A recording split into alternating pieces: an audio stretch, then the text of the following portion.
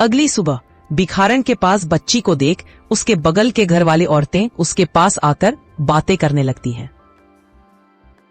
अरे देखो देखो, ये देवकी भी अब माँ बन गई। भगवान के घर क्या क्या लीला होते रहते हैं। अरे कहीं से बच्ची उठा लाई होगी। लोग भी अब कठोर बन गए हैं, बच्चों को फेंकने लगे हैं जैसे कूड़ा हो, और ये उन्हें पाल रही है और बाद में इससे भी भीख मंगवाएगी। हाँ, उठा लाई हूँ, पर किसी की फेंकी हुई नहीं, भगवान की भेजी हुई है ये बच्ची। वो जो दूसरों को माँ बनने का सुख नहीं देता, उसने मुझे दिया है। अब ये मेरी है और मैं इसे ऐसे पालूंगी जैसे राजकुमारी को पालते हैं। देवकी तो खुद भूखी रहती है, भीख मिलती नहीं ढंग से, बच्ची को कैसे पाल पाएगी? भूखी रह लूंगी, लेकिन इस बच्ची को भूखा नहीं सोने दूंगी। किसी मंदिर की घंटी, किसी प्रसाद के टुकड़े में भी इसका निवाला ढूंढ लूंगी। और हाँ, अब इसका नाम रोशनी होगा, क्योंकि इस अंधेरी दुनिया में मेरे हिस्से की एकमात्र चमक अब यही है। ऐसे ही कुछ साल बीत जाते हैं। झलकपुर गांव से दूर उसी मंदिर में सुबह का वक्त है।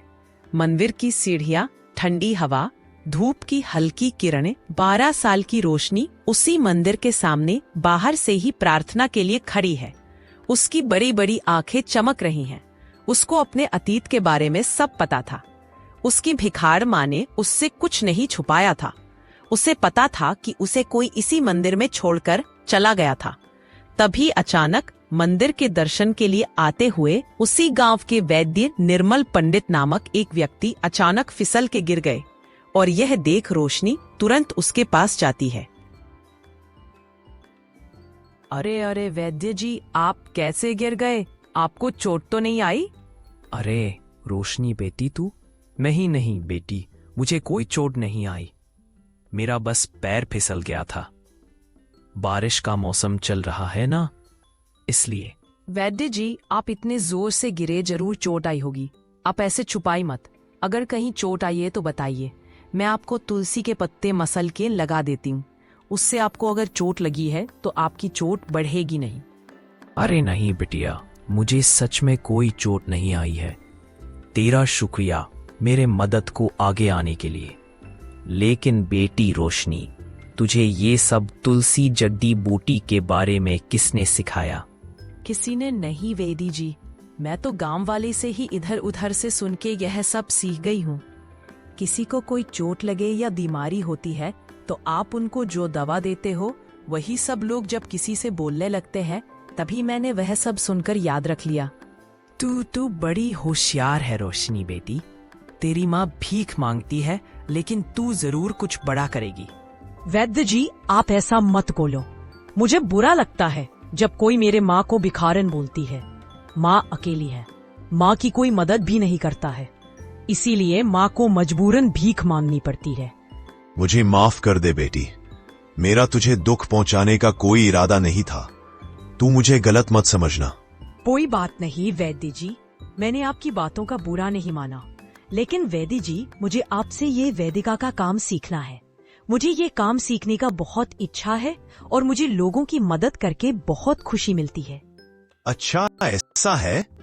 तुझे देख के मुझे हमेशा लगता ही था कि तू बहुत आग्रही बच्ची है। मैं सिखाऊंगा तुझे। मैं भी अब बूढ़ा होते जा रहा हूं। मुझे भी अब मेरे मदद के लिए कोई चाहिए। मेरे बच्चे तो मेरे काम में मदद ही नहीं करते। वो लोग तो सिर्फ अपने ही दुनिया में मग्न रहते हैं। ठीक है वैद्य जी, अब से मैं आपसे ये सब जड़ी बूटी का काम सीखूंगी और गांव की सब लोगों की मदद करूंगी, और इससे मेरी माँ की भी मदद हो जाएगी और फिर उनको भीख मांगने जाने की जरूरत नहीं पड़ेगी। यह बोल के रोशनी वैद्य से विदा लेकर मंदिर से अपने घर चली जाती है। कुछ समय बाद जब भिखारन घर आई तो रोशनी ने आज हुए वैद्य और उसके बीच की बातें सब अपनी माँ को बता दी, और यह सुनकर भिखारन मुस्कुराते हुए बोली, तू तो अभी से बड़ी हो गई मेरी बच्ची। तू इस उम्र में खेल कूद को छोड़कर मेरे और दूसरों की मदद के लिए सोच रही है।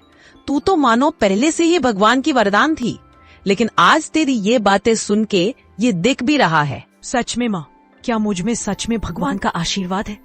हाँ, तू है भगवान की संतान। तुझे तो पता ही है, तुझे मुझे भगवान ने ही सौंपा है।